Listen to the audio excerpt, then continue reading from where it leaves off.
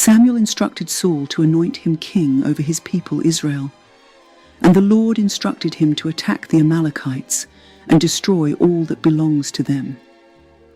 Saul summoned a large army of foot soldiers in Judah and set an ambush in the city of Amalek. He then told the Kenites to leave the Amalekites so that he would not destroy them along with them.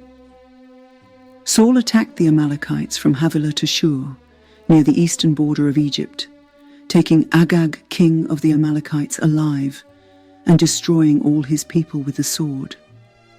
However, Saul and his army spared Agag and the best of the sheep and cattle, fat calves and lambs, which they were unwilling to destroy completely.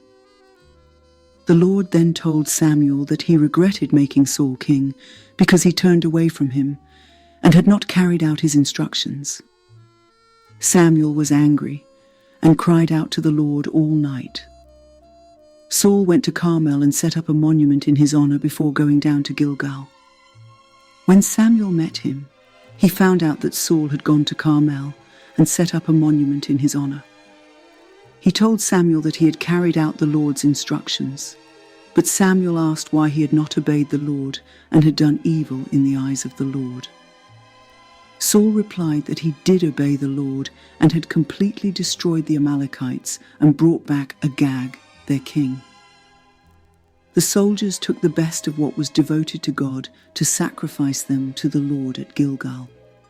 Samuel disagreed, saying that obedience is better than sacrifice and that rebellion is like the sin of divination and arrogance.